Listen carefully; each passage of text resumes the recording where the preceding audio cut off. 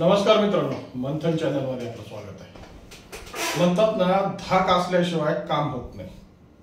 जसा धाक असला ना तशा पद्धतीच्या कामाची वेग वाढतात, त्या पद्धतीचं प्रशासन राहतं।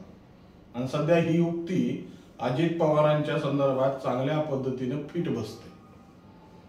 अजित पवारांचा दौरा 7 तारखेला बीड जिल्ह्याच्या आढाव्यासाठी आहे आणि हा दौरा ज्या पद्धतीने आलेखित झाला की प्रशासन व्यवस्था कामाला लागली। ज्या पद्धतीने कधी न बुजणारे खड्डे बीड नगरपालिकेने गेल्या वर्षभराच्या कार्यकालामध्ये ज्या पद्धतीने शिवाजी महाराज पुतळ्यापासून ते राजुरी वेस्ट पर्यंत ज्या मधल्या पॅच मध्ये ज्या पद्धतीचे खड्डे आणि ज्या पद्धतीचा जीवघेणा प्रवास या बीडकरांना करण्याची वेळ येत होती, त्याला आता डागडुजी करण्यात आलेली आहे। मात्र दादांना एक विनंती आहे माझी, की ही विनंती अशी आहे की त्यांनी फक्त तो प्रवास तेवढा पुरता प्रवास करू नये। त्यापुढे राजुरी वेस्ट ते मधल्या मार्गे जवळपास माळी वेस्ट पर्यंतचा प्रवास जर त्यांनी केला तर खऱ्या अर्थानं या विकासाच्या पोलखोल चांगल्या पद्धतीने होतील। वास्तविक पाहता जेव्हा जेव्हा मंत्री, मोठे पदाधिकारी किंवा मुख्यमंत्री जेव्हा जिल्ह्यात येतात ना, तेव्हा प्रशासन व्यवस्था दाखवायचा प्रयत्न करते की आम्ही किती कर्तव्यदक्ष आहोत। ते कोणत्याही बाजूने असो, ते बांधकाम विभागाच्या माध्यमातून असो, नगरपालिकेच्या विभागातून असो, गृह विभागाच्या अंतर्गत असो, कलेक्टर ऑफिस असो, प्रत्येक झाडून पुसून असलेलं डिपार्टमेंट हे कामाला लागतं, दाखवायचा प्रयत्न असतो आम्ही किती सचोटीला आहेत। आणि मंत्री गेले की पुन्हा जैसे त्या तैसे।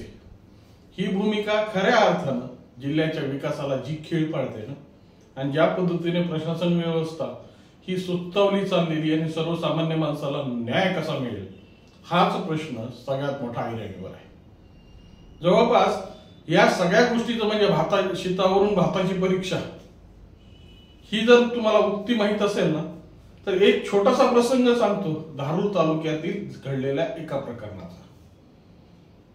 पीडित व्यक्तीनं धारूर तालुक्यामध्ये जवळपास 6 महिन्या अगोदर एक धारूर पोलीस स्टेशनला एक फिर्याद नोंदवली, फिर्यादीसाठी अर्ज केलाय। बिचाराला लग्नासाठी आमिष दाखवून 1.5 लाख रुपयाचा गंडा बसवला आणि मुलगी लग्न झाल्यानंतर 3ऱ्या दिवशीच पळून गेली।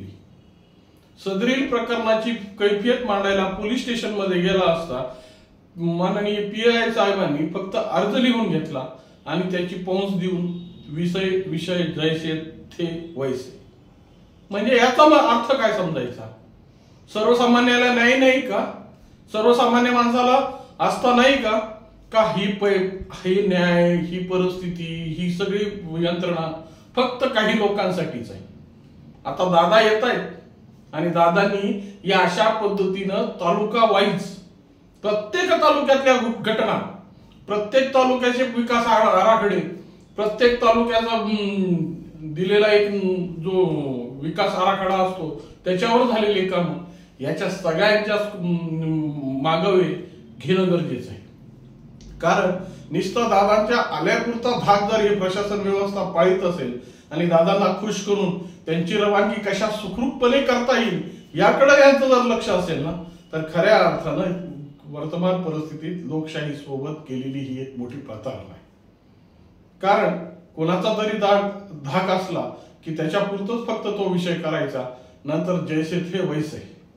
आणि खऱ्या अर्थानं ज्या पद्धतीनं अजित पवारांची जी दरार आहे, जी काही शिस्तप्रियता आहे, जी काही परिस्थिती या महाराष्ट्राने पाहिली, त्यामुळे आज या पद्धतीची परिस्थिती बीड जिल्ह्यात, पण ही बीड जिल्ह्यात फक्त दादा येण्यापुरतीच नसावी, ही बीड जिल्ह्यात कायमस्वरूपी असावी अशीच याचना, अशीच अपेक्षा हे नागरिकांकडून होत आहे। मित्रांनो, खऱ्या अर्थानं ज्या पद्धतीने शिक्षण व्यवस्थेचा धुराळा उडालाय, ज्या पद्धतीनं कायदा आणि सुव्यवस्था कशा पद्धतीने पराकोटीला गेलेली आहे, आज ज्या पद्धतीने सर्वसामान्य नागरिकांचे अधिकार जे महत्वाचे आहेत, ज्या पद्धतीने त्यांना त्या गोष्टीचा न्याय मिळाला पाहिजे, परंतु आजही या सगळ्या गोष्टी फक्त कागदावरच आहेत। वास्तविक स्वरूपात ज्या पद्धतीचे विषय, ज्या पद्धतीची अपेक्षा सर्वसामान्य जनता मांडते, त्या सर्वसामान्य माणसाच्या नशिबी तो म्हशीचा टोणगाच येतो. म्हणजे भरोशाची म्हैस कधीही टोणगा देते, याच पद्धतीची परिस्थिती या सर्वसामान्याची झालेली. या सगळ्या गोष्टीचे जर निकष काढले तर खऱ्या अर्थानं लोकशाही कशासाठी निर्माण केली? लोकशाही ही फक्त आपली यंत्रणा चालवण्यासाठी आहे का नेते पदाधिकारी यांना खुश करण्यासाठी आहे? हाच प्रश्न बीड जिल्ह्याच्या स्वरूपातून समोर येतोय. त्यामुळं दादा येत असताना ज्या पद्धतीचा बडगा या प्रशासन व्यवस्थेवर येतोय, हा जर बडगा वर्षभर किंवा कायमस्वरूपी जर या प्रशासन व्यवस्थेवर ठासला गेला तर खऱ्या अर्थानं ज्या पद्धतीची भूमिका, ज्या पद्धतीचा विकास आणि ज्या पद्धतीची कायदे सुव्यवस्था या जिल्ह्यात नांदेल ना, तोच खऱ्या अर्थानं या जिल्ह्याचा विकास ठरेल.